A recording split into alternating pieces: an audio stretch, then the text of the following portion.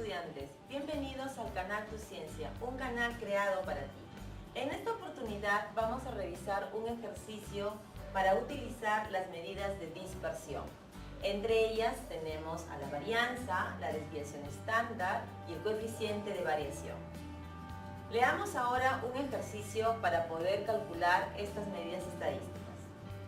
La siguiente información corresponde al gasto semanal realizado por un grupo de estudiantes de ingeniería en actividades de su vida universitaria. Los datos se muestran a continuación. Se nos pide calcular la varianza, la desviación estándar y el coeficiente de variación. Vamos a iniciar la solución de este ejercicio comenzando con el cálculo de la varianza. Como podemos observar, la varianza tiene la siguiente fórmula, la cual incluye algunos elementos que debemos previamente calcular. Por ejemplo, el promedio.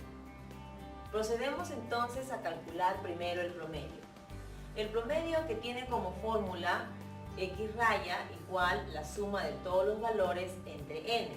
Utilizamos todo el conjunto de elementos, los sumamos uno a uno, 34 más 42 más 30, puntos suspensivos hasta el último valor que corresponde a 41.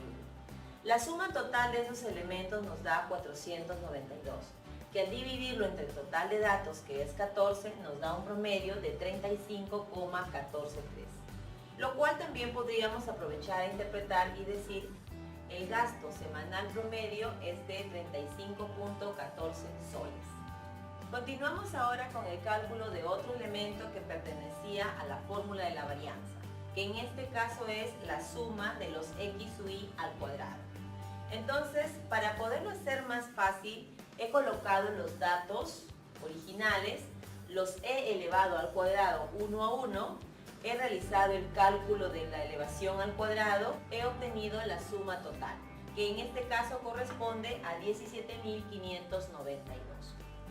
Una vez que tenemos todos los elementos listos y además recordamos que el tamaño de la muestra es 14, podemos reemplazar en la fórmula.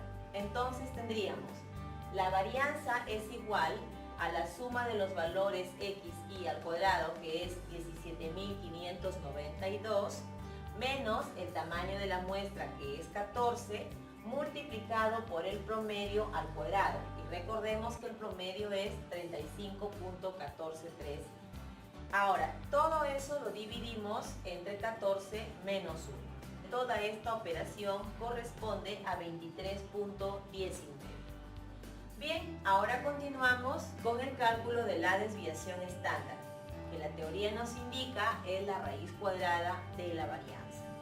Así que realizamos este cálculo. S, que es la notación de la desviación estándar, es igual a la raíz cuadrada de 23,19.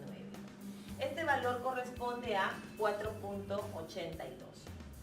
¿Cómo interpretamos la desviación estándar? Podríamos decir, la variabilidad de los gastos semanales de estos universitarios respecto al promedio es de 4,82 soles. Vamos a terminar ahora con el cálculo del coeficiente de variación. El coeficiente de variación tiene como fórmula lo siguiente: dividir la desviación estándar entre el promedio y lo multiplicamos por 100. Entonces, como ya hemos calculado la desviación estándar y también el promedio, procedemos a reemplazar. En el reemplazo tendríamos 4,82 entre 35,143. Este cálculo es igual a 13,7%. Para poder interpretar el coeficiente de variación debemos tener en cuenta lo que la teoría hoy en día nos indica, que en este caso es así.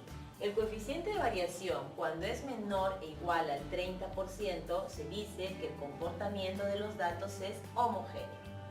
En el caso en que el coeficiente de variación supera el 30%, entonces decimos que los datos tienen un comportamiento heterogéneo. Teniendo en cuenta esta teoría, ahora analizamos nuestro resultado. El coeficiente de variación que nosotros habíamos obtenido es de 13,7%. Entonces estaríamos diciendo que los gastos semanales de estos universitarios tienen un comportamiento homogéneo. Bien, eso es todo en cuanto al cálculo e interpretación de las medidas de dispersión. Muchas gracias.